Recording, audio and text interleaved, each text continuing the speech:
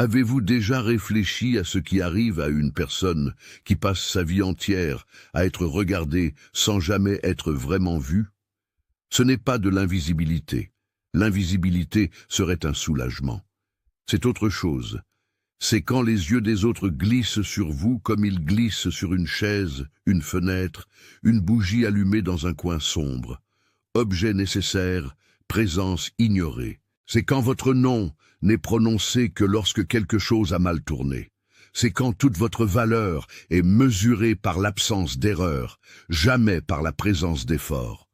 Et quand l'erreur arrive enfin, peu importe la raison, peu importe la faute de qui, vous devenez le centre d'une pièce qui n'a jamais pris la peine d'apprendre votre nom.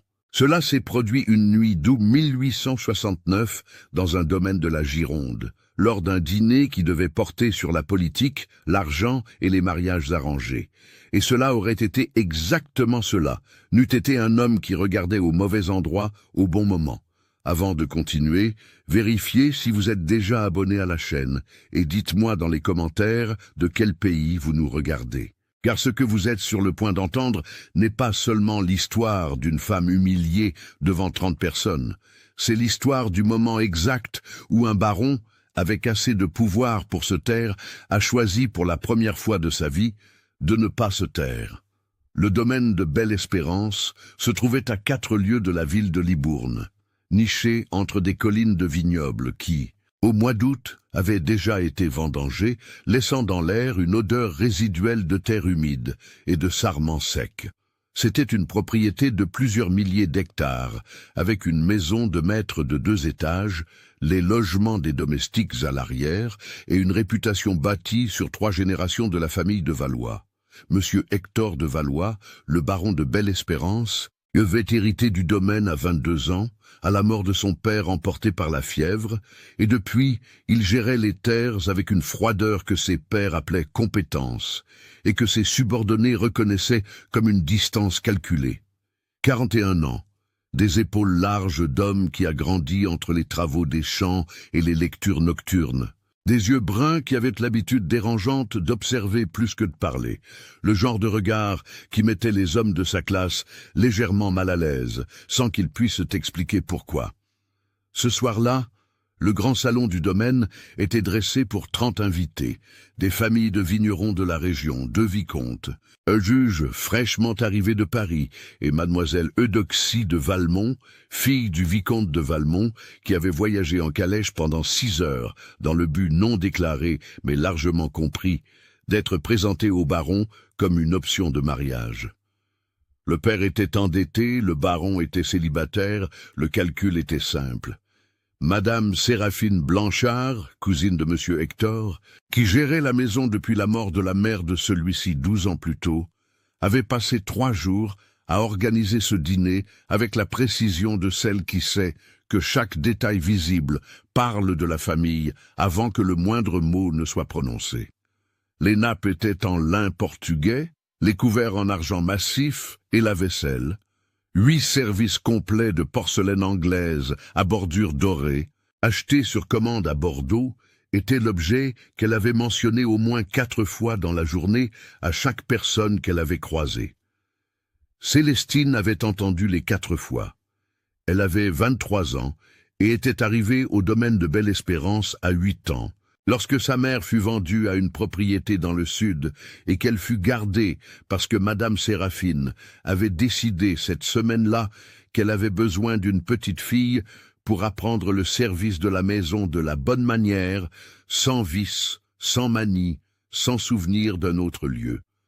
15 ans plus tard, Célestine connaissait chaque lame de parquet qui craquait, chaque courant d'air qui s'infiltrait par la fente de la fenêtre du couloir, chaque changement d'humeur de madame, avant même que celle-ci ne s'en rende compte. Survivre dans un endroit comme celui-là n'était pas une question de force. C'était une question d'attention. Elle avait les mains calleuses, la colonne vertébrale droite par habitude et non par orgueil, et une paire d'yeux entraînés à balayer la pièce avant de balayer les visages, car la pièce avertissait du danger avant que toute expression humaine ne le fasse. Cet après-midi-là, avant le coucher du soleil, elle avait allumé les 43 bougies du salon, une par une, vérifier la température du consommé de volaille aux pommes de terre qui serait le premier plat, et plier les serviettes dans la forme que Madame Séraphine lui avait montrée pour la 10e fois ce mois-ci, et reçu l'instruction finale avec le silence habituel. « Si tu renverses une seule assiette, » avait dit Madame d'une voix basse, « de celle qui n'a pas besoin de volume pour être comprise, tu sauras ce que c'est que de travailler sans manger pendant 3 jours. » Célestine ne répondit pas. Elle avait appris que le silence dans ces moments-là n'était pas de la soumission, mais de l'économie. Elle économisait chaque mot, chaque réaction, chaque signe que quelque chose l'avait atteinte, pour les moments où il serait nécessaire d'utiliser quelque chose. Et ce soir-là, ce qui serait nécessaire, c'était une concentration totale. Le dîner avait commencé à 20 heures et durait depuis 1h30 lorsque Célestine prit le plateau avec les 8 assiettes creuses. Le consommé était à la bonne température. La vaisselle disposée avec exactitude. Elle équilibra le poids sur ses 2 bras, ajusta sa posture et entra dans le salon par le côté gauche, comme on le lui avait ordonné, de manière à longer le côté de la table sans croiser le champ de vision direct de M. Hector en bout de table. Le baron était en conversation avec le juge. Des mots épars lui parvenaient tandis qu'elle marchait. Loi, Paris, ventre libre, proposition. Elle ne réagit pas au contenu. Il n'était pas prudent de réagir à un quelconque contenu dans un tel espace, mais elle enregistra. Célestine enregistrait toujours. Elle était à 3 pas de la première chaise lorsque cela se produisit. Ce ne fut pas un trébuchement, ni une négligence. Ce fut un contact latéral sur son coude droit, trop délibéré pour être un accident et trop rapide pour être identifié par quiconque regardait à plus de 2 mètres de distance. Le poids du plateau se déplaça vers la gauche, en une fraction de seconde, et Célestine fit ce que n'importe qui aurait fait. Elle tenta de compenser.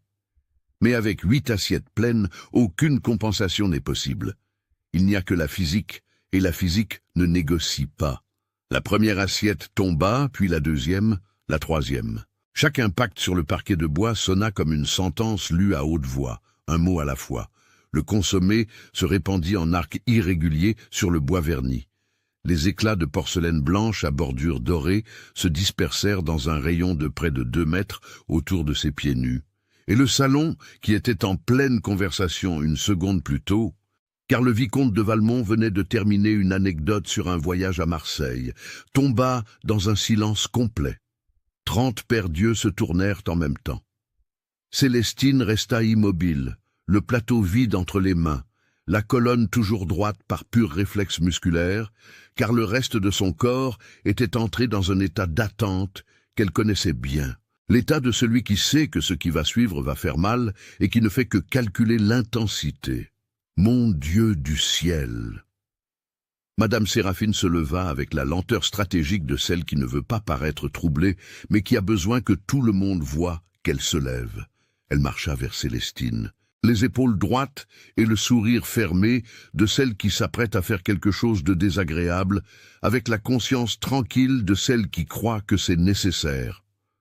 30 ans que ma famille possède cette vaisselle dans ce domaine.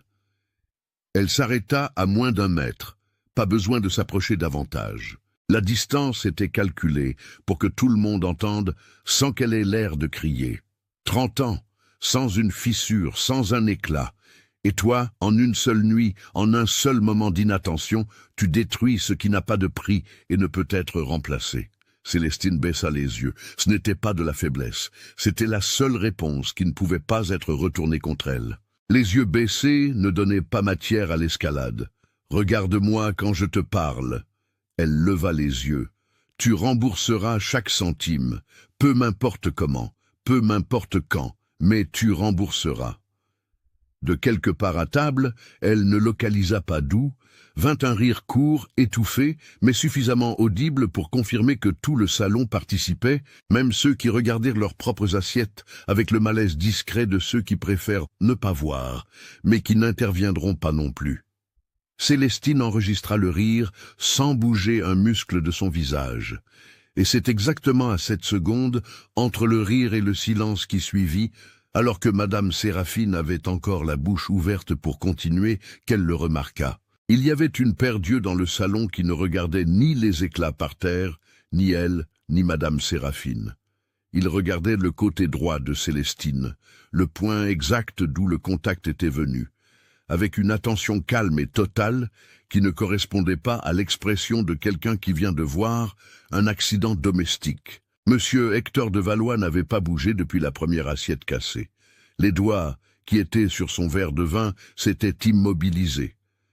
Ses épaules n'avaient pas pivoté en direction de la confusion, comme celle de tous les autres.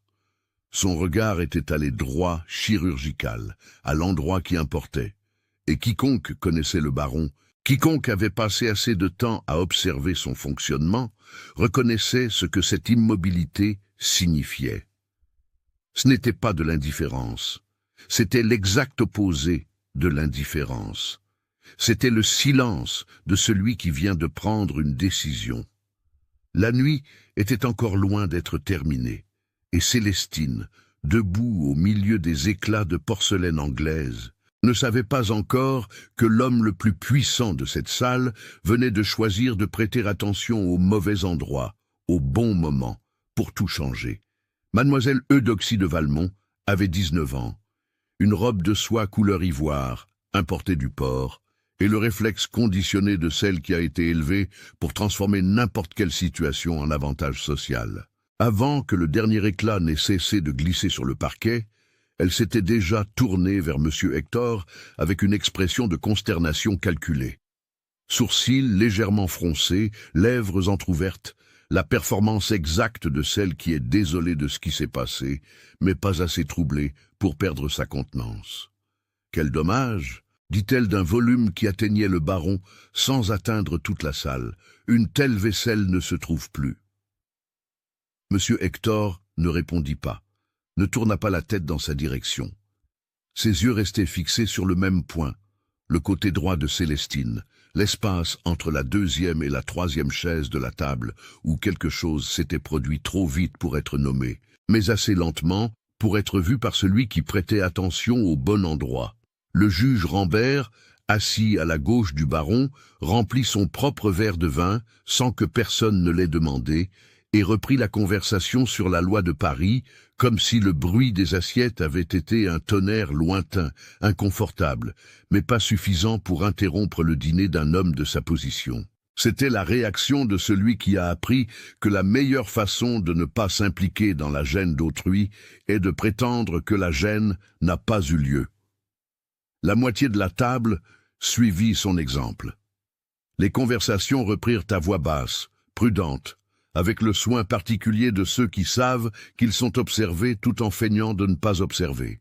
Les couteaux recommencèrent à toucher les assiettes, les verres furent levés, la normalité fut réinstallée comme un meuble repoussé à sa place après un nettoyage, au même endroit, mais légèrement désaligné pour qui connaissait le marquage original. Célestine était toujours immobile au milieu des éclats quand Juliette apparut par la porte latérale de la cuisine avec un chiffon plié sur le bras et un petit seau à la main. Juliette avait une quarantaine d'années. C'était la plus ancienne de la maison après Célestine, et elle avait développé au fil des décennies le don d'apparaître aux bons endroits sans que personne ne l'appelle. Non par intuition, mais par un système d'écoute personnelle qui fonctionnait à travers les murs. Elle ne regarda pas Célestine en s'agenouillant pour commencer à ramasser les éclats. Ce n'était pas de la froideur, c'était de la protection. Regarder directement quelqu'un en situation de punition publique dans une maison comme celle-là, c'était prêter de la visibilité à qui avait besoin d'invisibilité. Et toutes deux le savaient sans avoir besoin d'en discuter. Madame Séraphine était retournée à sa chaise. Mission accomplie. La correction avait été appliquée, vue, enregistrée par le bon groupe. Rester debout à côté de Célestine plus longtemps aurait été excessif, et l'excès ne correspondait pas au style de madame. Elle reprit sa place à table, avec la même lenteur calculée qu'à l'aller, accepta le verre de vin que son mari lui offrit, et se joignit à la conversation la plus proche, comme quelqu'un qui reprend une broderie interrompue. Célestine recula de 2 pas, puis de 2 autres, jusqu'à disparaître par la porte latérale derrière Juliette. Personne dans la salle ne commenta sa sortie. Personne n'en avait besoin.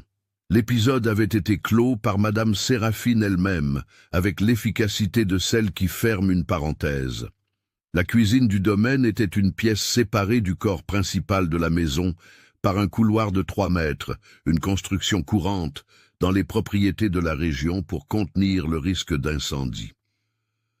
La nuit, avec le poêle à bois encore chaud après la préparation du dîner, l'atmosphère avait une chaleur humide qui collait à la peau et faisait sentir à l'air la fumée, la graisse de porc et l'anis du consommé qui restait dans une casserole couverte sur la plaque. Célestine entra, posa le plateau vide sur la table en bois sombre et resta un moment immobile, les mains à plat sur la surface. Ce n'était pas du repos. C'était le geste de quelqu'un qui a besoin de sentir quelque chose de solide tout en organisant ce qui s'était passé au cours des 5 dernières minutes. Juliette entra juste après, vida les éclats de vaisselle dans une caisse en bois dans un coin et s'essuya les mains sur son tablier sans cérémonie. « Qui était-ce » demanda Célestine, voix basse, sans drame. La question de celle qui sait déjà qu'il y a eu intention et qui veut seulement confirmer l'auteur. Juliette ne répondit pas tout de suite. Elle alla jusqu'à la casserole de consommé, souleva le couvercle, le rabaissa. Puis elle dit, sans regarder, « La jeune servante de Madame Perpétue, celle qui est venue avec la famille du vicomte. » Célestine acquiesça une fois. Ce n'était pas une surprise, c'était une confirmation. La jeune servante de Madame Perpétue était une domestique emmenée comme accompagnatrice de la famille du vicomte, assez jeune pour agir sur ordre et assez âgée pour savoir ce qu'elle faisait. Quelqu'un avait ordonné. La jeune fille avait exécuté. « Pourquoi ?» demanda Célestine, mais elle formulait déjà la réponse avant de terminer la question. « Parce que tu sers le baron depuis 15 ans et que la fille du vicomte est arrivée aujourd'hui. » La logique était directe. Célestine, qui servait à la table d'honneur, qui connaissait les goûts du baron, qui savait l'angle exact auquel il préférait que son verre soit positionné. Cette Célestine était une menace que quelqu'un avait décidé de supprimer avant la fin du dîner. Non par jalousie d'affection, mais par jalousie de position. Dans un environnement où la proximité avec le pouvoir était la seule monnaie de valeur, 15 ans de présence invisible pouvaient soudainement paraître 15 ans d'influence accumulée. Célestine sortit de la cuisine avec un 2e chiffon et un seau propre. Il y avait encore du consommé dans le couloir d'entrée, une trace que Juliette n'avait pas atteinte. Elle alla nettoyer, parce que c'était ce qu'il y avait à faire, et parce que rester immobile dans la cuisine, à analyser ce qui s'était passé, ne changeait aucune des variables qui comptaient. Le couloir entre la cuisine et le salon avait une petite fenêtre, sans vitre, juste une ouverture avec un volet en bois qui, le jour, laissait entrer le vent et, la nuit, le son des cigales. Célestine était agenouillée sur le sol du couloir, passant le chiffon humide sur le bois taché de consommé, quand elle entendit des pas dans le salon. Des pas lourds, réguliers. Le genre de pas d'un homme qui n'ajuste pas son rythme à l'environnement, qui marche à son propre tempo, parce que c'est l'environnement qui s'ajuste à lui. Elle ne leva pas la tête. Les pas s'arrêtèrent de l'autre côté de la porte latérale du couloir, puis la porte s'ouvrit. Monsieur Hector de Valois entra dans le couloir avec un verre de vin dans la main gauche et l'expression de quelqu'un qui était sorti chercher quelque chose et avait trouvé autre chose. Il regarda Célestine agenouillée par terre, le seau à côté, le chiffon dans sa main. Puis il regarda tout le couloir, comme s'il vérifiait qu'ils étaient seuls. Célestine resta immobile une seconde, non par peur, mais par calcul. La présence du baron dans un couloir de service pendant son propre dîner n'avait pas de protocole établi. Il n'y avait pas d'instruction pour cela. Elle commença à se lever. « Ne vous levez pas !» La voix était basse, ce n'était pas un ordre. Elle avait l'inflexion spécifique de quelqu'un qui demande et qui n'a pas l'habitude de demander. Célestine resta dans une position intermédiaire, ni agenouillée ni debout, un instant. Puis elle se leva quand même, parce que rester par terre devant lui était une position qu'elle n'était pas disposée à occuper, indépendamment de ce qu'il avait dit. « Vous avez vu qui a poussé le plateau ?» dit M. Hector. Ce n'était pas une question. Célestine ne répondit pas. « Je l'ai vu aussi, dit-il. » Le silence entre les deux phrases dura le temps exact d'une respiration. « Demain matin, vous me direz le nom. » Célestine le regarda, non de côté, non rapidement, mais directement, avec le genre de contact visuel qu'une servante ne devrait pas maintenir avec un baron et qu'elle maintint pendant 2 secondes entières avant de baisser le regard. Ce n'était pas un défi, c'était une évaluation. Elle mesurait si c'était un piège, un test, un intérêt sincère ou une autre catégorie qu'elle n'avait pas encore cataloguée.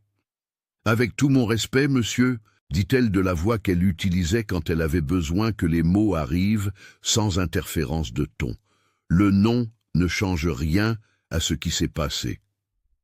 Monsieur Hector resta silencieux un moment, puis dit quelque chose qu'elle n'attendait pas. Non, mais il change ce qui se passera après. Il quitta le couloir avec les mêmes pas qu'à son entrée. La porte se referma, les cigales continuaient. Le consommé, sur le sol, avait suffisamment séché pour que le chiffon ne fasse plus de différence. Mais Célestine continua de passer le chiffon quand même pendant quelques secondes de plus, parce qu'elle avait besoin de quelque chose à faire de ses mains pendant qu'elle décidait de ce que cette conversation venait d'ouvrir. De retour dans le salon, M. Hector reprit sa chaise comme s'il n'était jamais parti. Le vicomte de Valmont était au milieu d'une deuxième anecdote. Mademoiselle Eudoxie riait au bon moment. Madame Séraphine distribuait son attention aux invités avec l'efficacité d'une hôtesse qui connaît la valeur de chaque sourire. Personne n'avait remarqué l'absence du baron, ou s'ils l'avaient remarqué, ils avaient décidé de ne pas l'avoir remarqué, ce qui revenait au même. Dans un lieu où la distance entre voir et dire était la différence entre être dedans et être dehors. Le dîner se poursuivit pendant encore 2 heures. La vaisselle restante fut utilisée pour les plats suivants. Le vin était bon. Les conversations sur la loi à Paris furent reprises et abandonnées selon l'intérêt des présents. Et quand les derniers invités montèrent dans les chambres préparées pour eux et que les bougies du salon furent éteintes une par une, le domaine de Belle-Espérance retourna au silence qui le recouvrait chaque nuit. Mais quelque chose avait changé de position dans cette maison. Ce n'était pas visible, ça n'avait pas encore de nom. C'était juste la sensation que Célestine connaissait bien, parce qu'elle avait survécu 15 ans en y prêtant attention, que le sol était légèrement différent sous ses pieds, que l'équilibre qui avait existé jusqu'à cette nuit s'était déplacé de quelques centimètres dans une direction que personne n'avait choisie consciemment et qu'il n'y avait aucun moyen de le repousser. Célestine ne dormit pas. Quand le feu de la cuisine crépita avant le lever du soleil, elle avait déjà pris une décision. Elle ne savait juste pas encore si c'était la bonne. Elle était assise au bord de sa paillasse, les genoux pliés et le dos appuyé contre le mur entorchi, quand Juliette se réveilla, se tourna sur le côté et dit, sans ouvrir les yeux, « Tu vas donner le nom ?» Ce n'était pas une question. Célestine ne répondit pas, se leva, plia son drap et alla à la cuisine pour allumer le second fourneau. À 6 heures du matin, Madame Séraphine apparut dans la cuisine avec un tablier propre et une liste en tête qui n'avait pas besoin de papier pour exister. Elle réassigna les tâches sans préambule. Lucie ferait le café de la véranda, Berthe porterait les plateaux. Célestine resterait à la préparation. Elle annonça cela en regardant le mur au-dessus des têtes de tout le monde, la méthode de celle qui distribue des ordres sans vouloir recevoir de regards en retour. Personne ne contesta. Célestine commença à éplucher des pommes de terre. Ce qui changea ne fut pas le travail, mais l'espace. Juliette lavait des casseroles à 2 mètres de distance et n'ouvrit pas la bouche en 40 minutes, ni pour demander du sel, ni pour commenter le temps, ni pour faire le genre de bruit de présence que les deux avaient l'habitude de maintenir pendant le service du matin. Berthe faisait de même. Elle entrait, prenait un plateau, sortait, revenait sans croiser le regard de Célestine une seule fois. Ce n'était pas de l'hostilité, c'était une distance de précaution, l'éloignement instinctif de celui qui ne sait pas ce qui est sur le point de se passer, mais qui reconnaît l'odeur de conséquences dans l'air. Ce fut lors du 3e voyage de Berthe à la véranda que l'information arriva, jetée sur la table avec le plateau vide. Le baron a demandé du café dans son bureau. Des gougères, il a demandé que tu les lui portes. Madame Séraphine était sur le seuil de la porte. Le muscle de sa mâchoire se contracta une fois, se relâcha.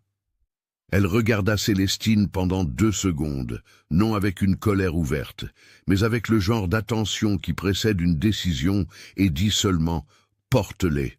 Avant de monter avec le plateau, Célestine passa par l'office pour prendre les gougères, qui avaient été laissées enveloppées dans un torchon de coton encore tiède. L'office se trouvait à côté du couloir menant à l'escalier. Un couloir étroit avec une fenêtre haute qui, en août, laissait entrer la lumière blanche du matin et le bruit lointain des ouvriers dans les vignes commençant leur journée. Elle était en train d'emballer les pains quand elle entendit des voix dans le couloir. Elle reconnut l'une d'elles, le vicomte de Valmont, avec l'élocution traînante d'un homme qui a grandi en croyant que le monde a l'obligation d'attendre qu'il finisse ses phrases. L'autre voix était plus basse, plus pressée, un de ses fils peut-être, ou un membre de la suite qui était arrivé avec les calèches. Célestine ne sortit pas de l'office. Elle resta immobile, le torchon entre les doigts. Pas avant d'avoir parlé à Séraphine, disait le vicomte de Valmont. Elle comprend ce qui est en jeu. Elle a toujours compris. L'autre voix dit quelque chose qu'elle ne put distinguer. « Hector ne bougera pas de sitôt, » continua le vicomte. « Il est lent dans ces choses-là. Il pèse trop le pour et le contre avant d'agir. C'est le temps dont nous avons besoin. » Les pas continuèrent dans le couloir et montèrent l'escalier. Célestine attendit que le son des pas disparaisse complètement avant de sortir de l'office. Elle comprend ce qui est en jeu, elle a toujours compris. Madame Séraphine et le vicomte, ce n'était pas une nouvelle alliance, c'était une ancienne alliance réactivée. Célestine monta l'escalier avec cette information chargée sur le plateau, et les deux avaient un poids différent.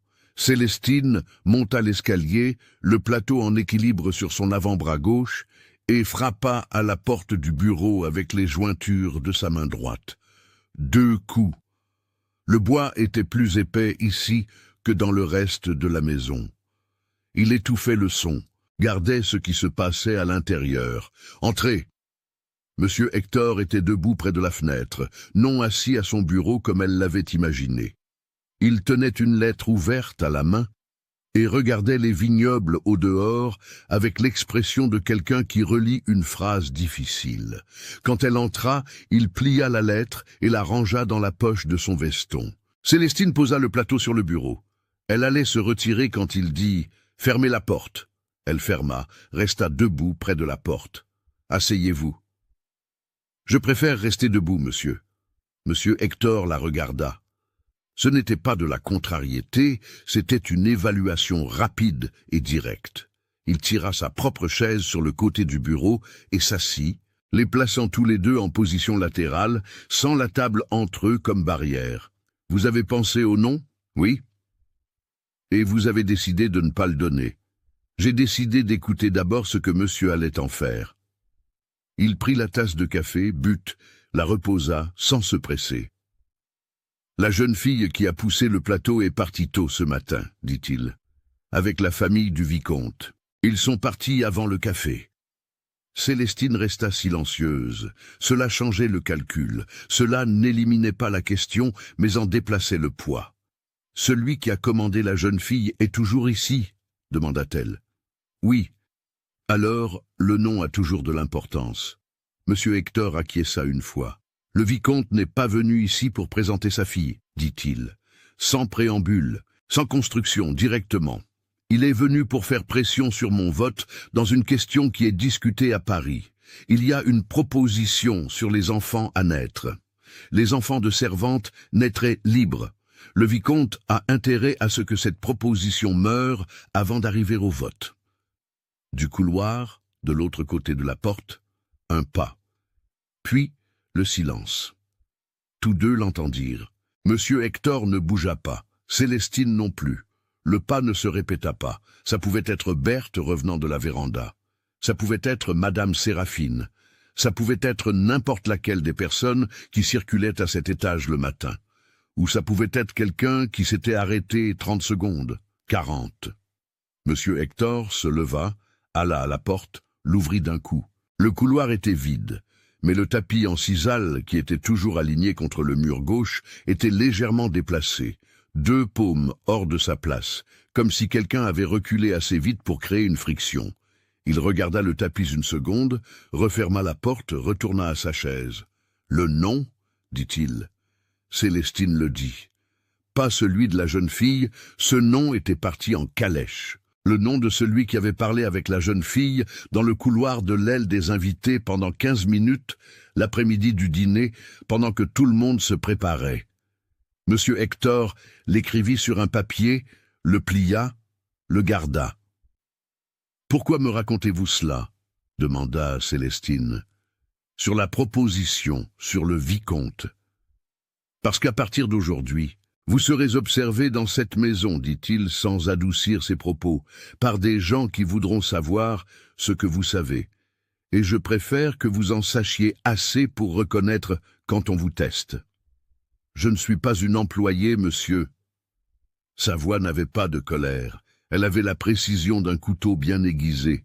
Je n'ai rien à perdre sous la pression. Monsieur Hector resta immobile un moment, puis il acquiesça de la tête une fois, le geste de celui qui reçoit une correction, et ne prétend pas ne pas l'avoir reçue. « C'est vrai, » dit-il sèchement, sans ajout. C'était la 2e fois, en moins de 12 heures, que l'homme le plus puissant de ce domaine était d'accord avec elle à voix haute. Célestine prit le plateau. « Une chose, » dit-il alors qu'elle était déjà à la porte. Elle attendit. « La redistribution des tâches de ce matin. Tout revient à la normale demain. » Elle descendit, entra dans la cuisine par le couloir de service avec le plateau vide et la colonne vertébrale droite. Madame Séraphine était assise à la table de la cuisine, pas debout, pas en train de circuler, assise avec une tasse de café qui devait déjà être froide devant elle. C'était une position inhabituelle pour cette heure du matin. Elle ne s'asseyait jamais dans la cuisine pendant le service. Quand Célestine entra, elle leva les yeux. Leurs regards se croisèrent pendant moins de 3 secondes. Puis Madame Séraphine se leva, prit sa tasse et sortit par le couloir principal, sans rien dire. Juliette continuait de laver des casseroles. Berthe pétrissait du pain. « Combien de temps es-tu restée là-haut » demanda Berthe, sans lever les yeux de la pâte. « Le temps d'un café, » dit Célestine. Berthe acquiesça, ne posa plus de questions. Mais 10 minutes plus tard, quand Célestine alla chercher de l'eau à la jarre en terre cuite dans le coin, elle trouva le couvercle déplacé. Et à côté de la jarre, par terre, une des cuillères en bois qui étaient toujours suspendues au mur était tombée. Personne n'avait fait tomber de cuillère pendant qu'elle était dans la cuisine. La jarre se trouvait à côté de la fenêtre, qui donnait sur le couloir latéral. La fenêtre était entr'ouverte. Célestine referma la jarre, suspendit la cuillère, ferma la fenêtre, ne dit rien. À 9 heures du matin, le vicomte de Valmont descendit pour un café tardif, demanda à Lucie de réchauffer le lait à nouveau, et, en passant devant le seuil de la cuisine, laissa son regard se poser sur Célestine 1 seconde. Pas le regard distrait d'un seigneur passant devant une servante, mais le regard de quelqu'un qui vérifie quelque chose, qui calibre. Elle continua de couper des goyaves sans altérer son rythme. À 10 heures, Madame Séraphine convoqua une réunion rapide des femmes de la maison dans le couloir de service.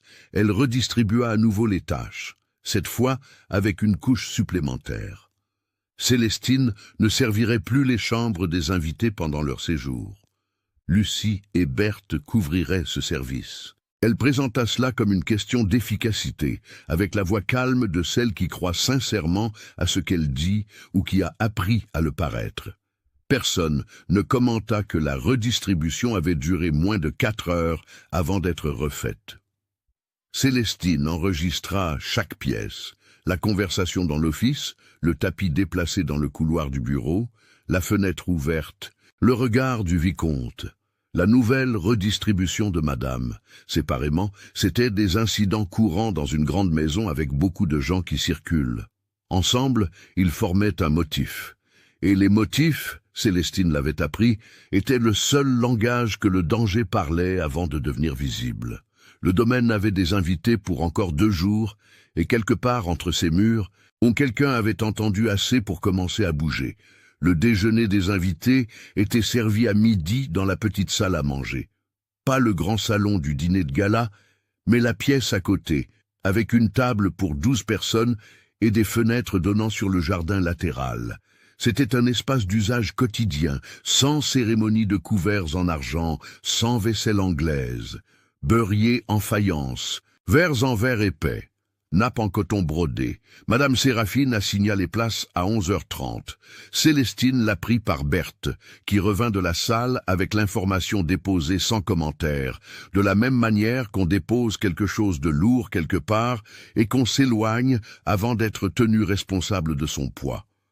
Madame t'a mise au service du côté gauche de la table. Le côté gauche était celui où s'asseyaient les invités principaux, où s'asseyait le vicomte de Valmont, où s'assiérait mademoiselle Eudoxie. Célestine s'essuya les mains sur son tablier et alla disposer les verres. Mademoiselle Eudoxie de Valmont arriva au déjeuner avec 5 minutes de retard, un temps calculé, pas une négligence. Elle portait une robe en coton bleu, assez simple pour être qualifiée d'informelle et assez bien coupée pour ne pas être qualifiée de négligée. Elle avait 19 ans et la contenance de quelqu'un qui a été entraîné à fonctionner dans des environnements hostiles sans que l'environnement ne le sache. Elle s'assit à la gauche de son père, regarda l'espace autour d'elle avec le mouvement rapide de quelqu'un qui fait l'inventaire. Et quand Célestine arriva avec le plat de poulet au gombo, mademoiselle Eudoxie suivit le service avec une attention qui n'était pas une attention au plat. « Comment vous appelez-vous » demanda-t-elle. C'était la question interdite par la logique de l'environnement, non par une règle déclarée, mais par la convention non écrite que les dames ne demandent pas les noms des servantes pendant le service à table, de la même manière qu'elles ne commentent pas le temps avec le four. 3 personnes à table entendirent. Aucune des 3 ne réagit visiblement. « Célestine, madame, Célestine !» Mademoiselle Eudoxie répéta le nom comme quelqu'un qui en teste la prononciation. « Vous servez ici depuis combien de temps ?»« 15 ans, madame. »« Alors, vous connaissez bien la maison ?» Ce n'était pas une question. C'était la première pièce d'une conversation que Célestine reconnut comme une conversation de collecte. Le genre d'échange où une partie pose des questions qui semblent cordiales et l'autre fournit des réponses qui semblent inoffensives. Et ce n'est qu'à la fin qu'on voit ce qui a été construit avec les fragments. Mademoiselle Eudoxie avait 19 ans, mais elle avait été formée par quelqu'un qui comprenait la valeur de poser des questions qui ne ressemblent pas à des questions. Célestine servit les gombos sans répondre, recula d'un pas et continua le tour de la table. De l'autre côté, Madame Séraphine avait cessé de parler avec le juge pendant 3 secondes exactes. Célestine compta avant de reprendre la conversation. Le vicomte mangea peu et parla beaucoup. Il avait l'habitude de poser des questions à l'espace général de la table, sans regarder personne en particulier, ce qui créait une compétition silencieuse pour savoir qui répondrait en premier. Il posa des questions sur la récolte, sur les prix du vin à Libourne, sur la qualité de la route menant à la ville. Monsieur Hector répondit par des phrases courtes. Ce n'était pas de l'hostilité, c'était le rythme de quelqu'un qui n'a aucun intérêt à combler le silence par courtoisie. J'ai entendu dire que monsieur envisageait quelques changements dans l'administration du domaine, dit le vicomte, sur le ton désinvolte de quelqu'un qui commente le temps. Intéressant, dans un moment comme celui-ci. Tout domaine a besoin d'une révision périodique, dit monsieur Hector. Bien sûr, bien sûr. Le vicomte prit son verre. Je me demande seulement si le moment est propice, avec tout ce qui se discute à Paris. C'est précisément pour cela, dit monsieur Hector. La phrase resta en suspens, sans explication. Le vicomte attendit la suite qui ne vint pas, sourit les lèvres fermées et retourna à son assiette. Célestine était à côté de la fenêtre, attendant le moment de débarrasser les plats. Elle avait entendu chaque mot. Plus important encore, elle avait vu le vicomte de Valmont regarder rapidement Madame Séraphine après la réponse du baron, moins d'une seconde. Le genre de regard qui n'existe que pour confirmer que l'autre personne a également enregistré.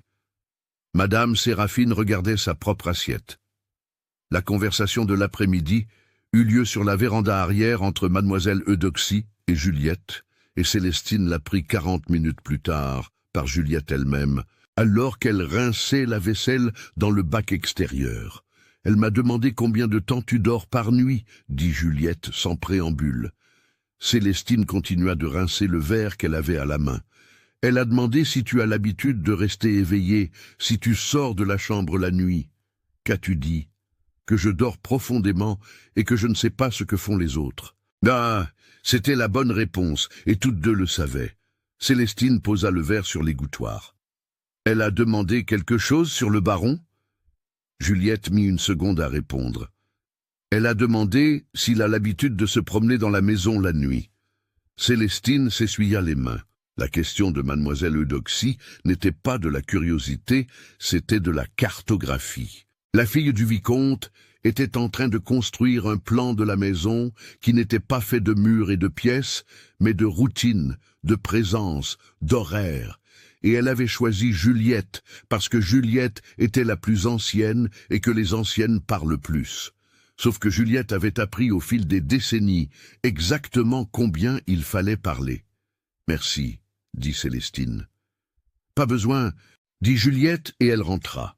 Le test vint à 15 heures, sous la forme d'une demande que Madame Séraphine livra avec le naturel de quelqu'un qui demande quelque chose d'absolument ordinaire. « Le vicomte veut du thé. Porte-le dans sa chambre. » La chambre des invités principaux se trouvait dans le couloir nord du 2e étage. Célestine avait été retirée du service des chambres ce matin-là par Madame Séraphine elle-même, et maintenant on l'envoyait exactement là-bas.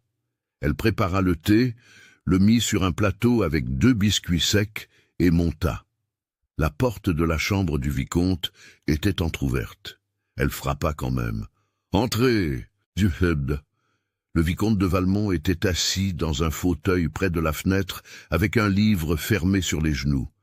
Le livre fermé était un détail que Célestine nota, car un homme qui lit ne ferme pas son livre avant d'être interrompu, il le ferme après. Il avait entendu les pas dans le couloir et fermé le livre avant qu'elle ne frappe. Il attendait. « Vous pouvez laisser ça là. » Il désigna la table d'appoint sans regarder le plateau. Célestine le posa. Elle allait sortir quand il dit « Vous êtes allé parler à Hector ce matin. » Ce n'était pas une accusation, c'était une constatation, sur le ton de quelqu'un qui énonce quelque chose qu'il sait déjà et qui vérifie si l'autre personne va confirmer ou esquiver. « Le baron a demandé du café dans son bureau, monsieur. »« Oui. » Une pause. « Et vous y êtes resté plus longtemps que le temps que prend habituellement un café ?» Célestine le regarda, ne détourna pas le regard, ne pressa pas sa réponse, ne remplit pas le silence de mots inutiles. Elle attendit. « Hector est un homme de bonnes intentions, » dit le vicomte, sur le ton de quelqu'un qui fait un compliment qui contient un avertissement. « Mais les bonnes intentions créent parfois des situations difficiles pour les gens autour, surtout pour ceux qui ont moins de mobilité. »« Excusez-moi, monsieur, » dit Célestine. Elle sortit avant qu'il ne puisse répondre.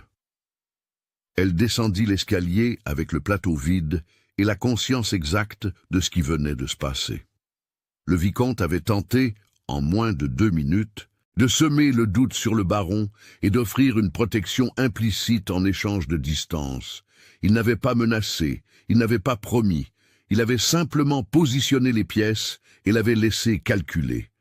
C'était le mouvement de quelqu'un qui fait cela souvent et qui sait que la plupart des gens calculent dans le sens de la peur. Monsieur Hector était dans le couloir quand elle arriva au pied de l'escalier. Il n'était pas immobile. Il marchait en direction du salon, d'où venait le son du juge Rambert, discutant de quelque chose avec un des fils du vicomte.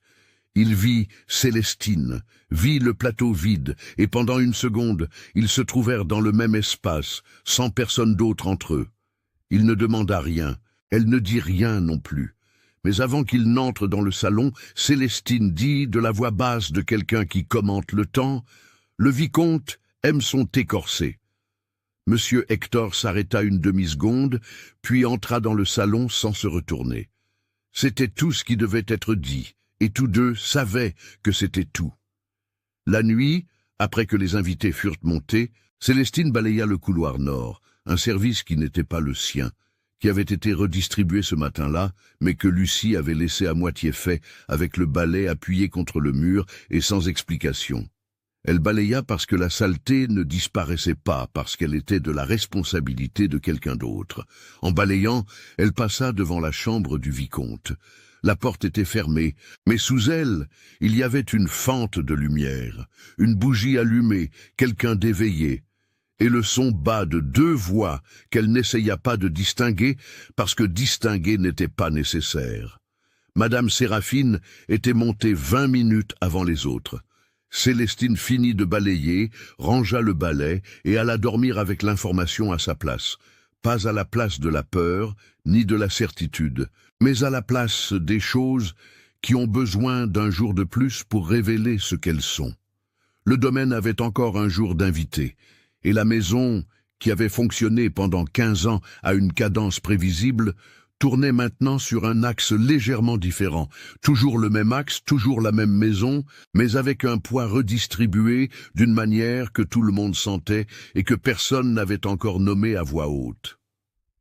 Le matin du deuxième jour, avant qu'aucun invité ne descende, Célestine se rendit au baraquement des ouvriers. Ce n'était pas une habitude. Elle dormait à l'arrière de la grande maison depuis des années, une position qui n'était pas un privilège, mais une commodité pour quelqu'un qui devait être disponible à toute heure. Et les baraquements se trouvaient à 300 mètres du corps principal du domaine, au-delà de la cour, au fond du vignoble bas. Elle y alla parce que Thomas était là, et Thomas était le seul à l'intérieur de cette propriété qui était né au même endroit qu'elle. Thomas avait une quarantaine d'années, travaillait dans les vignes depuis l'âge de 12 ans et avait développé au fil des décennies l'habitude de parler peu et d'observer tout avec l'attention lente de celui qui sait que la hâte est un luxe pour ceux qui ont un endroit où courir. Quand Célestine arriva, il réparait le manche d'une houe à l'extérieur, assis sur une souche de bois, avec la concentration spécifique de celui qui utilise le travail manuel pour penser. Il ne demanda pas ce qu'elle faisait là. « La famille du vicomte part demain matin », dit Célestine à voix basse, s'asseyant par terre à côté de lui. « Avant qu'il ne parte, quelqu'un va essayer de parler aux ouvriers du vignoble. » Thomas passa la main sur le bois du manche. Ils ont déjà essayé. Hier après-midi, un jeune homme qui est venu avec le vicomte est resté près de la cour pendant une demi-heure. Il a parlé à Benoît de Salaire. De Salaire ? De Salaire, de ce qui se passe après la loi qui vient de Paris. Thomas ne leva pas les yeux du manche. Il a dit que ceux qui restent avec le baron auront des problèmes. Qu'un baron qui soutient la loi de la liberté est un baron qui perd son domaine. Et un domaine qui perd, c'est un travailleur qui perd tout. C'était l'argument le plus efficace possible pour un public spécifique. Pas une menace directe, mais un doute sur l'avenir. Planter l'incertitude là où il y avait une stabilité relative, aussi étroite soit-elle. « Benoît a écouté ?» demanda Célestine. « Benoît a écouté. Il n'a dit ni oui ni non. » Une pause. « Mais Justin a écouté aussi, et Justin n'est pas Benoît. » Célestine connaissait Justin. 30 ans, fils d'Angola, arrivé il y a 3 ans d'un domaine en faillite dans le sud de la France, où il avait vécu des choses qu'il ne décrivait pas, mais qui laissaient des marques reconnaissables pour qui savait regarder. Justin se méfiait de tout seigneur avec une bonne politique, non par ingratitude, mais par l'expérience accumulée qu'une bonne politique venait accompagner d'une condition. Si le vicomte réussit à mobiliser les ouvriers, dit Célestine, Le baron perd son soutien interne avant tout vote à Paris. « Tu as déjà compris, dit Thomas, et il retourna au manche de sa houe. Célestine resta 5 minutes de plus sans parler. Le vignoble bas était calme à cette heure, encore avec de la rosée sur les feuilles, et l'odeur était dense et végétale, différente de l'odeur de la grande maison, qui était de cire, de bois traité et de cuisine au feu de bois. C'était le même territoire et un monde différent, et elle avait passé des années à la limite entre les deux, sans appartenir entièrement à aucun. Elle retourna à la maison avant que la première cloche ne sonne. À 8 heures du matin, Célestine se rendit au bureau sans y être appelée. Elle ne frappa pas comme la fois précédente. 2 coups formels. Attente. Elle frappa une fois et ouvrit. Monsieur Hector était debout près de son bureau, une tasse à la main et l'expression de quelqu'un qui avait peu dormi. Il la regarda avec un sourcil légèrement levé. Pas d'irritation, mais une surprise sincère, le genre qui n'est pas joué. « Hier après-midi, dit Célestine, un homme de la suite du vicomte est resté dans la cour pendant une demi-heure. Il a parlé aux ouvriers de ce qui arrive aux domaines qui soutiennent la proposition de Paris. » Monsieur Hector posa la tasse sur la table. « Qui vous l'a dit ? Je suis allé le chercher. » Il resta silencieux une seconde. Pas le silence de celui qui traite l'information, mais le silence de celui qui recalibre quelque chose. La distinction était petite, mais réelle. La première fois qu'ils avaient parlé, Célestine avait répondu à des questions. Maintenant, elle était arrivée avec sa propre information, de sa propre initiative, obtenue par son propre mouvement. C'étaient des positions différentes dans la même pièce. « On travaille sur Justin, dit-elle. Si le vicomte part aujourd'hui sans réponse, il partira avec une brèche ouverte. Que pensez-vous que je dois faire ?» La question était trop directe pour être rhétorique. Célestine le regarda. Le même regard de 2 secondes de la nuit du dîner, le regard qui mesurait avant de décider. Parler à Justin avant que la calèche du vicomte n'apparaisse dans la cour. Lui dire quoi ? La vérité, dit-elle. Que la proposition ne prend le domaine de personne. Que ce qui change, c'est l'enfant qui naît après, pas le père, pas l'enfant qui existe déjà. Le mensonge qu'ils ont planté est facile à démonter si quelqu'un se donne la peine d'y aller. Monsieur Hector se leva, prit le veston qui était plié sur la chaise. « Accompagnez-moi. » Ce n'était pas le protocole. Ce n'était rien qui ait un nom ou un précédent dans ce domaine ou dans n'importe quel domaine que Célestine connaissait. Un baron et une servante marchant ensemble à travers la cour en direction du vignoble bas un matin d'août avant le petit déjeuner des invités. Madame Séraphine les vit de la fenêtre de la salle de couture. Célestine nota la fenêtre, ne la regarda pas. Justin était à la fin de la file qui attendait la distribution des outils pour la journée. Monsieur Hector alla directement à lui. Il ne l'appela pas, n'envoya pas le chercher, il y alla. Cela seul changea la géométrie de l'espace. Les autres ouvriers s'écartèrent légèrement, non par ordre, mais par le réflexe de ceux qui reconnaissent que quelque chose d'imprévu se produit. La conversation dura 11 minutes. Célestine resta à 2 mètres, hors de portée de voix, assez proche pour être vue comme présente, ce qui était en soi une déclaration de position qu'aucune des 2 parties n'avait verbalisée. Elle n'entendit pas ce qui fut dit, mais elle vit Justine écouter. Elle vit sa posture passer de fermée à attentive, pas convaincue, attentive, ce qui était le premier pas vers la conviction quand la personne a des raisons de se méfier.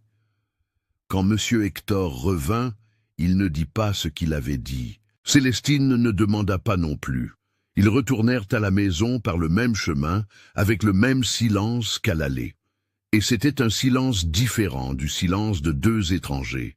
C'était le silence de 2 personnes qui venaient de faire quelque chose ensemble et qui étaient encore en train de digérer le fait qu'elles l'avaient fait. L'erreur de mademoiselle Eudoxie se produisit au déjeuner d'adieu. Elle avait mal calculé la table, ou avait bien calculé et sous-estimé la variable qu'elle ne contrôlait pas. Le juge Rambert était assis à côté de M. Hector, et la conversation entre les deux avait pris une tournure qui n'était clairement pas celle que le vicomte avait prévue en organisant les places. Parce que le vicomte de Valmont était à l'autre bout de la table, trop loin pour intervenir, sans être manifestement interventionniste. Et ce que le juge disait à M. Hector, de la voix basse de celui qui conclut un accord, avait la structure d'une conversation qui se ferme, pas d'une conversation qui est encore ouverte. Mademoiselle Eudoxie le réalisa avant son père. Célestine le réalisa avant Mademoiselle Eudoxie. Elle le réalisa au moment où la jeune femme prit son verre d'eau et le tint sans boire, le regard allant et venant, du bout de la table au milieu, calculant le temps qu'elle avait perdu. La réponse était « assez de temps ». Mademoiselle Eudoxie reposa le verre, regarda Célestine qui se tenait à côté de la fenêtre avec le plat de riz, avec une expression qui n'était ni de la colère ni du mépris. C'était la reconnaissance brève et involontaire de quelqu'un qui comprend qu'une pièce a bougé pendant qu'elle regardait du mauvais côté. Célestine ne réagit pas, servit le riz à l'invité suivant et continua le tour de la table. Les calèches partirent à 16 heures, avec le soleil déjà bas sur les vignobles mûrs. Le vicomte de Valmont dit au revoir avec la cordialité impeccable de celui qui perd une manche, mais pas la partie. Il serra la main de M. Hector assez longtemps pour dire quelque chose à voix très basse que seul le baron entendit, et monta dans la calèche sans se retourner. Mademoiselle Eudoxie fut la dernière à monter. Sur le seuil de la porte de la calèche, elle se retourna une fois. Pas vers M. Hector, pas vers Madame Séraphine, vers Célestine, qui se tenait sur le perron de la grande maison avec un plateau vide dans les mains. Les deux femmes se regardèrent pendant 2 secondes. Il n'y avait pas d'hostilité dans ce regard. Il y avait quelque chose de plus dérangeant, un respect involontaire. Du genre qui naît quand une personne reconnaît qu'elle en a sous-estimé une autre et n'a aucun moyen d'annuler cette reconnaissance sans annuler sa propre intelligence. La calèche partit. La poussière du chemin de terre mit 3 minutes à retomber. Et quand elle retomba, le domaine de Belle-Espérance était plus calme qu'il ne l'avait été en 3 jours. Mais c'était une quiétude qui ne ressemblait pas à du repos. Elle ressemblait au moment après que les cartes ont été ramassées et avant que quelqu'un ne décide de jouer une autre manche ou de se lever de table. Madame Séraphine rentra dans la maison sans parler à personne. Monsieur Hector resta debout dans la cour 1 minute de plus, regardant le chemin vide. Célestine retourna à la cuisine, lava le plateau et commença à préparer le dîner pour 2 personnes.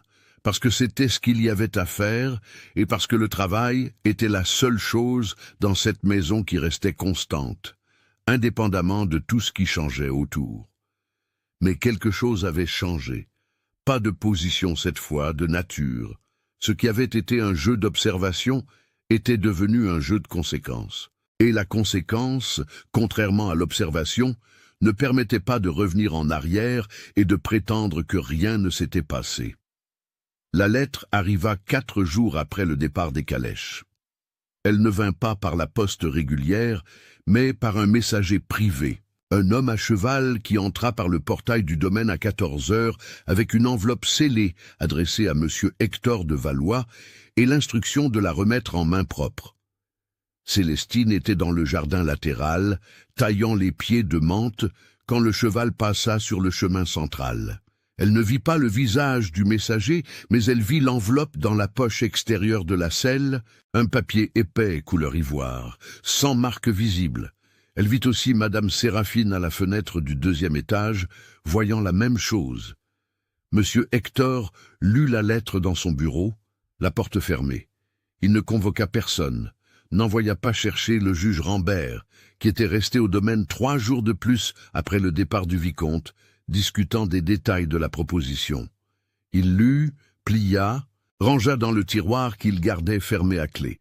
Quand il sortit du bureau pour le dîner ce soir-là, son visage était neutre, avec l'effort spécifique de quelqu'un qui est neutre exprès. Pas de naturel, mais du contrôle. Célestine nota la différence, ne dit rien. Après le dîner, quand le juge Rambert se retira dans sa chambre et que la maison devint silencieuse, Monsieur Hector resta sur la véranda arrière avec un verre d'eau-de-vie qu'il ne buvait pas. Il le tenait, l'appuyait sur la balustrade, regardait le vignoble sombre. Célestine passa par le couloir intérieur qui donnait sur la véranda en revenant de la cuisine et s'arrêta une seconde. Il était de dos. Elle continua, mais à 6 heures du matin le lendemain, quand elle alla allumer le second fourneau, elle trouva un billet plié sous la jarre en terre cuite.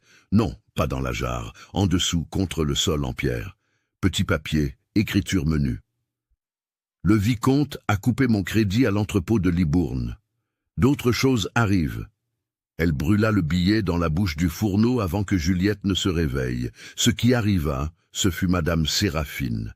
Pas d'un coup, mais petit à petit, avec la patience de celle qui sait qu'une pression constante est plus efficace qu'une pression brusque. Cela commença le 3e jour, après la lettre, avec une redistribution du travail qui semblait un ajustement raisonnable. Célestine aiderait désormais au service du vignoble les matins de récolte résiduelle, en plus de ses fonctions à la maison. Le double service n'était pas une punition déclarée, c'était une accumulation.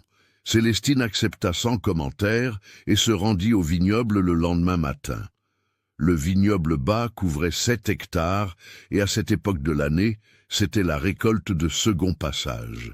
Des grains qui avaient été laissés derrière lors du premier balayage, des rouges tardifs parmi des feuilles déjà desséchées. Un travail qui exigeait une attention aux détails et une résistance au soleil qui, en nous, tapait dur à 10 heures du matin. C'est dans le vignoble que Célestine rencontra vraiment Justin pour la première fois.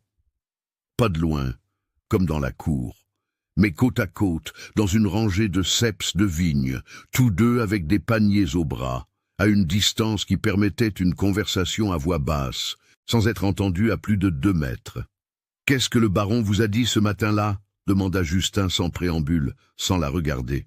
« Il a dit que la proposition ne prend personne qui existe, qu'elle ne change que ce qui naît après. » C'est ce qu'il a dit.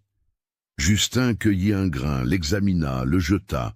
Qu'est-ce qu'il fera quand la loi passera et que le propriétaire voisin décidera qu'un fils libre est un fils ennemi? C'était la question à laquelle le discours du baron n'avait pas répondu. Célestine le savait. Justin savait qu'elle le savait. « Je ne sais pas, dit-elle. Moi non plus. » Il fit 2 pas de plus dans la rangée. « Benoît croit au baron. Moi, je crois qu'un baron est un baron. » Une pause. « Mais je préfère un baron qui agit à un baron qui parle. Il est venu à vous. » « Oui. » Justin s'arrêta, se tourna vers elle pour la première fois. « Et vous y êtes allé avant. » Ce n'était pas une accusation, c'était une reconnaissance, du même type que celle qu'il y avait dans le regard de mademoiselle Eudoxie sur le seuil de la calèche, mais venant d'un endroit complètement différent, avec un poids différent. Justin disait qu'il avait remarqué qui avait bougé la première pièce, et que cela importait pour la façon dont il lisait le reste. Célestine retourna à sa rangée sans répondre. Mais la conversation avait ouvert quelque chose qui ne se refermait pas simplement parce que le sujet avait changé. Le problème avec Madame Séraphine vint sous la forme d'une casserole. C'était vendredi, jour de faire de la confiture de lait pour la semaine suivante, et la casserole en cuivre qu'on utilisait pour cela, une grande casserole à fond épais qui était suspendue au crochet le plus haut de la cuisine, avait disparu. Elle n'avait pas été déplacée au mauvais endroit.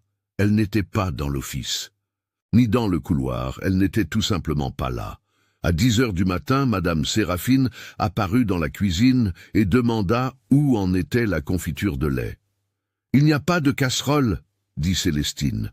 « Comment ça, il n'y a pas de casserole ?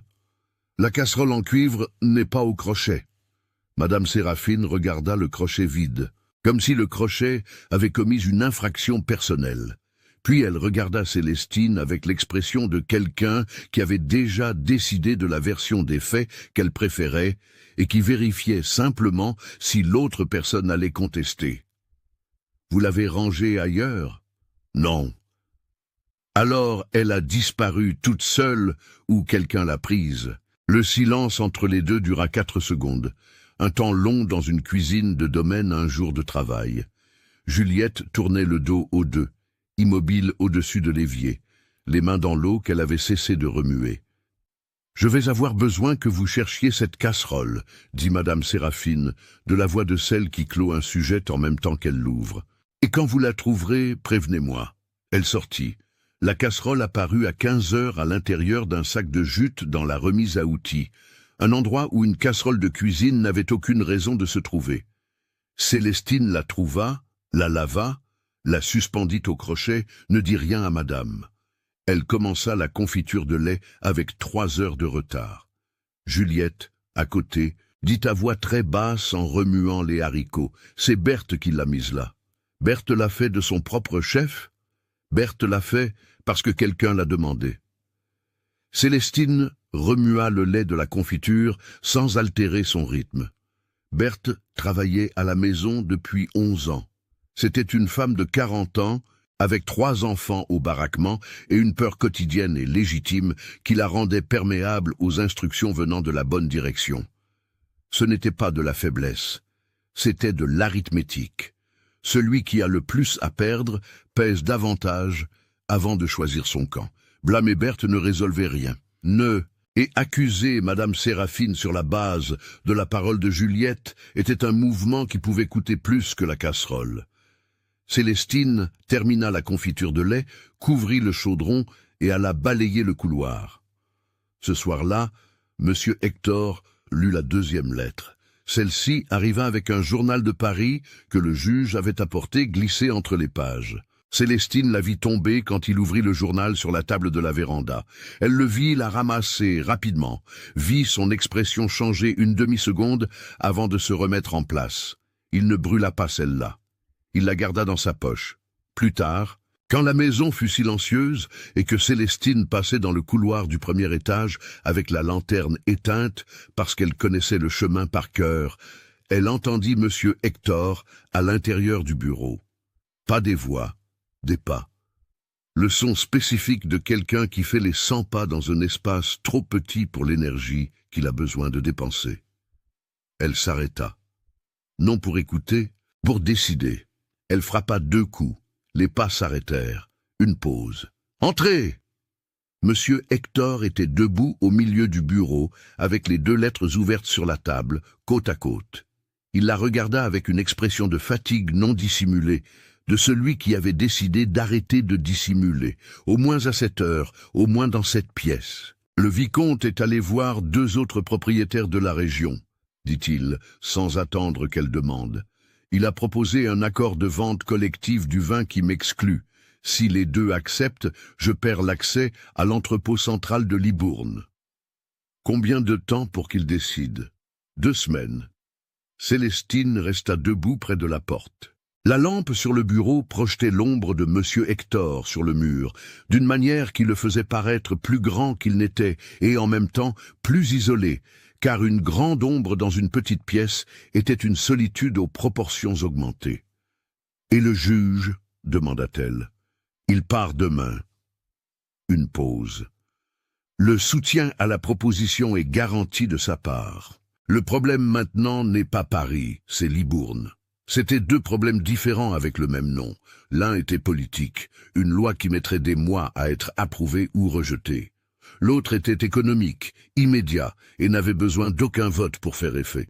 Le vicomte avait compris que le champ de bataille, le plus efficace, n'était pas l'Assemblée, mais l'entrepôt de denrées à 4 lieues de là. « Ce dont vous avez besoin, dit Célestine, c'est d'au moins un des 2 propriétaires. » Monsieur Hector la regarda. « Je connais la femme de Faucon, dit Célestine, Madame Perpétue Faucon.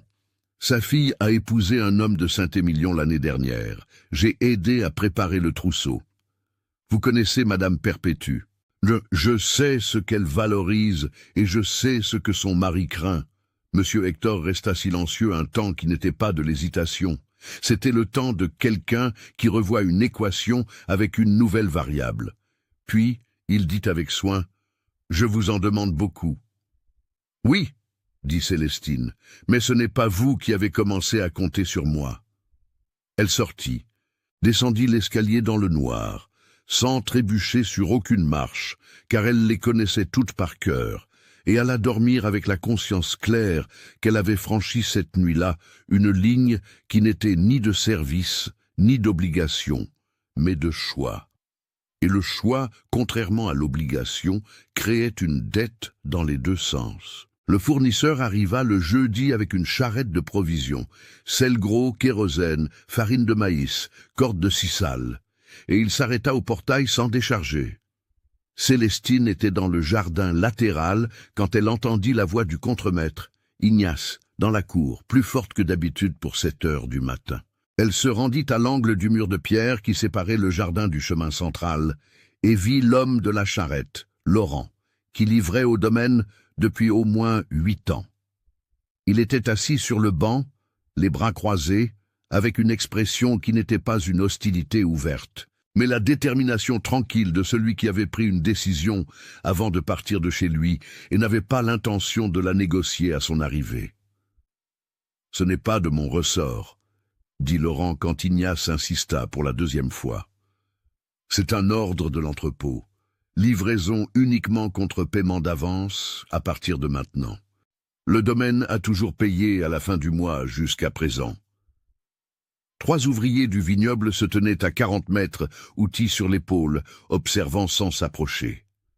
Ce n'était pas une curiosité oisive, c'était l'attention spécifique de ceux qui dépendent du fonctionnement d'une structure et qui calculent si la structure fonctionne encore. Monsieur Hector apparut par la porte latérale de la maison, le veston encore ouvert, comme quelqu'un qui était sorti plus vite que prévu. Lui et Laurent parlèrent pendant 6 minutes. À la fin, le baron alla chercher de l'argent à l'intérieur de la maison, et Laurent déchargea la charrette. Le problème fut résolu ce matin-là, mais les 3 ouvriers avaient vu. Et ce qu'ils avaient vu, ce n'était pas Monsieur Hector payant les provisions, c'était Monsieur Hector se faisant réclamer de l'argent devant tout le monde. La différence entre les 2 versions du même événement était petite dans les faits et énorme dans ce qu'elle signifiait lorsqu'elle circulait de bouche à oreille. La rumeur atteignit le vignoble avant le déjeuner. C'est Thomas qui l'apporta, sur le même ton direct que d'habitude, sans fioriture. On dit au village que le baron va vendre la moitié des terres pour couvrir ses dettes. Célestine déjeunait à l'extérieur de la remise, assise sur une souche avec un bol de bouillie. Elle mangea une autre cuillerée avant de répondre « Qui l'a dit en premier ?» Personne ne sait qui l'a dit en premier. C'est déjà une version qui circule, plus une source. C'est ainsi que fonctionnaient les rumeurs bien travaillées. Elles arrivaient sans expéditeur, car l'efficacité d'un mensonge bien construit résidait précisément dans l'impossibilité de le renvoyer à celui qui l'avait fabriqué. Le vicomte était parti depuis 6 jours. Le récit était resté. « Justin a entendu ?» demanda-t-elle. « C'est Justin qui me l'a raconté. » Célestine termina sa bouillie, lava son bol dans le seau d'eau de la remise et retourna à sa rangée de vignes. Il n'y avait pas de réponse à une rumeur qui soit plus efficace qu'un travail visible. Et la visibilité dans le vignoble était, à ce moment-là, la seule ressource qu'elle avait qui ne pouvait être confisquée sur l'ordre de personne. La messe du dimanche à la chapelle Saint-Sébastien se trouvait à 4 lieues du domaine, dans un petit village avec une place en terre battue et un prêtre qui venait de Libourne une fois par mois. Monsieur Hector n'y allait pas souvent, question de distance et d'emploi du temps, mais ce dimanche-là, il y alla et emmena Ignace comme cocher et Célestine comme partie de la suite de la maison, avec Juliette et 2 autres femmes. Célestine sut qu'elle était dans la suite ce matin-là, quand Madame Séraphine donna la liste de ceux qui y allaient. Elle comprit immédiatement que ce n'était pas une invitation. Madame avait mis Célestine dans le groupe pour une raison qui devint claire dès que la charrette arriva sur la place du village. Madame Perpétue Faucon était là. Madame Perpétue, dont la famille était l'un des 2 propriétaires que le vicomte travaillait pour sceller l'accord collectif de vente. Madame Perpétue, dont Célestine avait aidé à préparer le trousseau de la fille. Madame Séraphine avait découvert le lien et avait mis Célestine sur le terrain avant qu'elle ne puisse elle-même choisir le moment. C'était un coup d'échec. Si Célestine s'approchait de Madame Perpétue, Séraphine pouvait l'accuser d'intrigue. Si Célestine se tenait à l'écart, l'opportunité était perdue. Madame avait transformé le plus grand avantage de Célestine en un piège à deux issues. La messe dura 40 minutes. Le prêtre parla de patience et de providence divine, sur le ton de celui qui remplit une obligation contractuelle. Les familles s'assirent par ordre de position sociale. Les plus aisés dans les rangées de devant, les autres derrière, les serviteurs et les travailleurs à l'extérieur, par la fenêtre ouverte. Célestine resta dehors avec Juliette. Elle vit Madame Perpétue entrer avec son mari, le colonel Faucon, un homme de 60 ans avec une barbe blanche, et l'expression de quelqu'un qui est toujours légèrement irrité par quelque chose qu'il ne peut nommer. Madame Perpétue était une petite femme d'une 50aine d'années, avec l'habitude de bouger les mains, en parlant comme si elle dirigeait quelque chose. Elle avait la réputation d'être une femme d'opinion dans une région où une femme d'opinion était tolérée tant que l'opinion était domestique. Après la messe, la place. Les familles circulaient, les hommes en groupe séparés des groupes de femmes, les enfants courant entre les deux. Monsieur Hector fut abordé par le prêtre et 2 commerçants avant de pouvoir faire 3 mètres. Madame Séraphine se dirigea directement vers le groupe de Madame Perpétue. Célestine resta à 16 mètres, près de l'abreuvoir en pierre où les femmes de la maison attendaient, et observa sans pouvoir entendre. Elle vit Madame Séraphine parler à Madame Perpétue pendant 3 minutes, avec le sourire de visite et les gestes de quelqu'un qui raconte quelque chose d'intérêt général. Elle vit Madame Perpétue écouter avec attention. Elle vit le moment petit, rapide, indéniable, où Madame Perpétue regarda en direction de Célestine. Ce n'était pas un regard de curiosité, c'était le regard de quelqu'un qui vient de recevoir un nom et qui vérifie à quel visage ce nom appartient. Célestine ne détourna pas les yeux. Elle soutint le regard pendant 2 secondes, 3, jusqu'à ce que Madame Perpétue retourne à la conversation avec Séraphine. Ce qui avait été dit, elle ne le savait pas, mais les faits, elle le voyait. Quand le groupe se dispersa et que les familles commencèrent à prendre les chemins du retour, Madame Perpétue passa à 6 mètres de Célestine et ne l'ignora pas. Elle ralentit le pas une demi-seconde, le genre d'hésitation d'une décision interrompue, et continua de marcher. Quelqu'un avait planté quelque chose et Madame Perpétue était en train de décider si elle y croyait ou non. De retour au domaine, encore sur le chemin de terre, Juliette dit à voix très basse « Séraphine a dit que tu as accès à l'argent du baron. » Célestine regarda droit devant elle. « Elle a dit que tu connais des sommes que tu ne devrais pas connaître, que tu vas dans le bureau quand tu n'as pas été appelé. » C'était l'attaque la plus efficace possible dans ce contexte. Pas une accusation de crime, pas une dénonciation de désobéissance. C'était une insinuation d'intimité irrégulière, le genre qui n'avait pas besoin de preuves car il suffisait qu'elle circule pour créer le doute.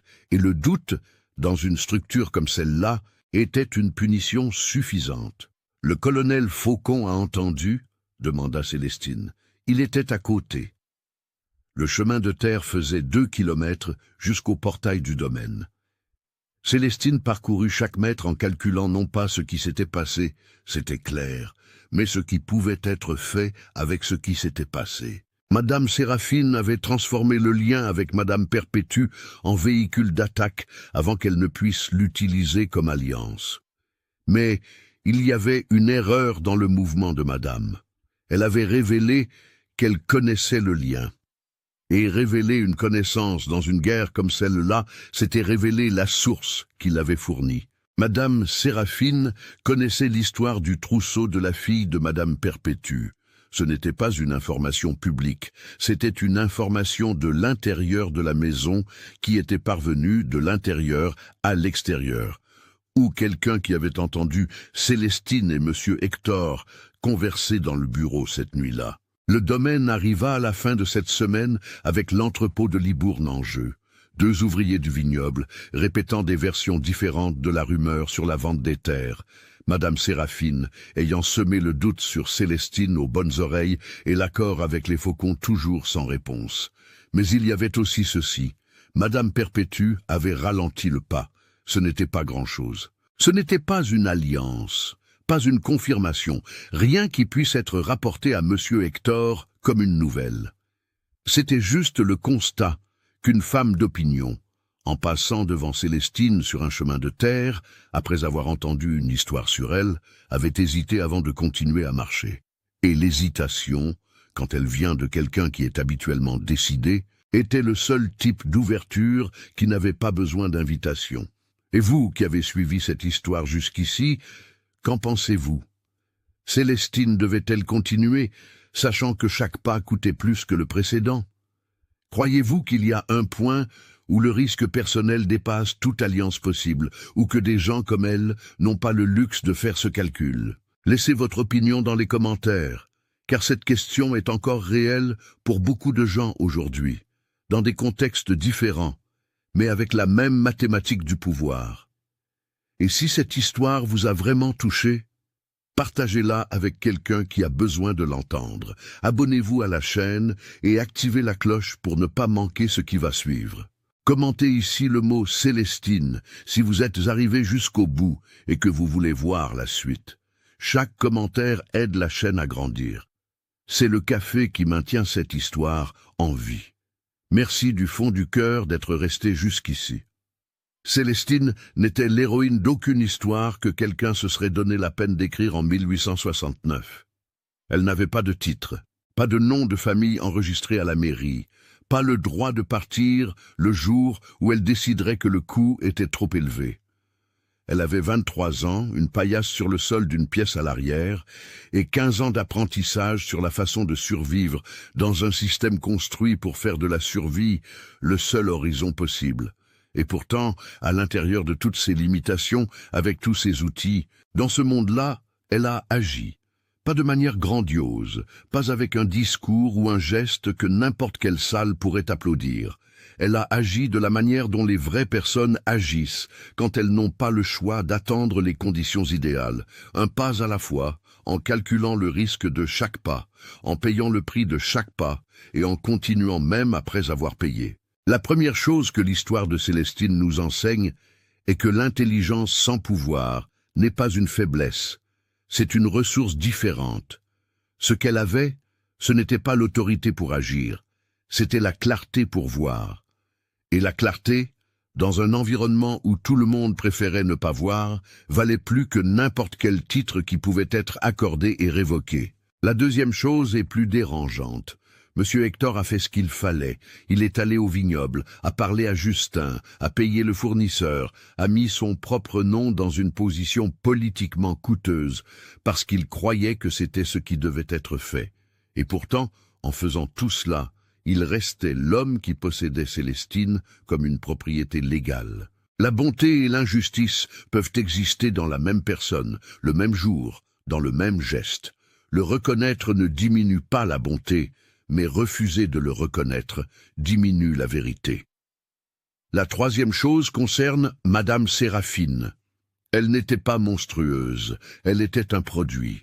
Une femme qui avait construit son pouvoir à l'intérieur d'un système qui ne lui offrait aucun pouvoir de droit et qui utilisait les outils que le système mettait à sa disposition. Contrôle, sabotage, réputation, alliance, pour maintenir la position qui lui avait coûté des décennies à construire. Ce n'est pas une absolution, c'est un contexte. Le contexte importe, car sans lui, nous ne comprenons pas comment les mauvais systèmes produisent des personnes raisonnables faisant des choses répréhensibles, avec la conscience tranquille de ceux qui croient n'avoir pas d'alternative. La quatrième chose est la plus simple et la plus difficile à accepter. Le siège que Célestine a affronté ne s'est pas terminé parce qu'elle était intelligente, ni parce que M. Hector était décent. Il ne s'est pas terminé parce que le récit avait besoin d'une conclusion satisfaisante. Le siège a continué. Le vicomte a continué à manœuvrer. L'entrepôt de Libourne est resté en jeu. Madame Séraphine est restée dans la maison. La loi qui était discutée à Paris a mis encore 3 ans à être approuvée.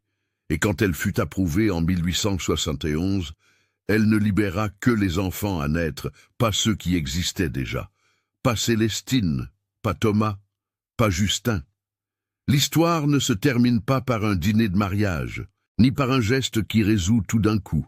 Elle se termine un jeudi ordinaire, avec une charrette arrêtée au portail, une rumeur circulant dans le vignoble, et une femme qui a hésité avant de continuer à marcher sur un chemin de terre.